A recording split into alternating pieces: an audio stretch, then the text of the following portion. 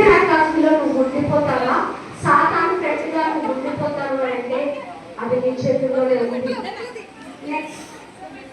లేదు, నేను ఈ రోజు నా లైఫ్ని మార్చుకుంటాను, నేను నీ బిడ్డగా ఉంటాను ఏసయ్యా అని చెప్పి నువ్వు అనుకుంటే దేవునితో పాటు అలా నువ్వు కూడా దేవుని ఒడిలో కూర్చొని పరలోక రాజ్యంలో నువ్వు ఉండొచ్చు. పిల్లలు డెసిషన్ నీదే.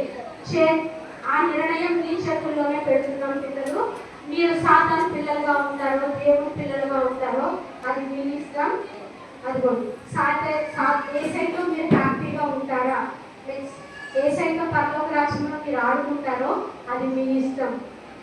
మనమందరూ కలిసి పరలోక రాజ్యంలో ఉండాలి అనుకున్న వాళ్ళందరూ చేసినట్టు మీ మనసుకు మీకు అనిపించినప్పుడు మాత్రమే.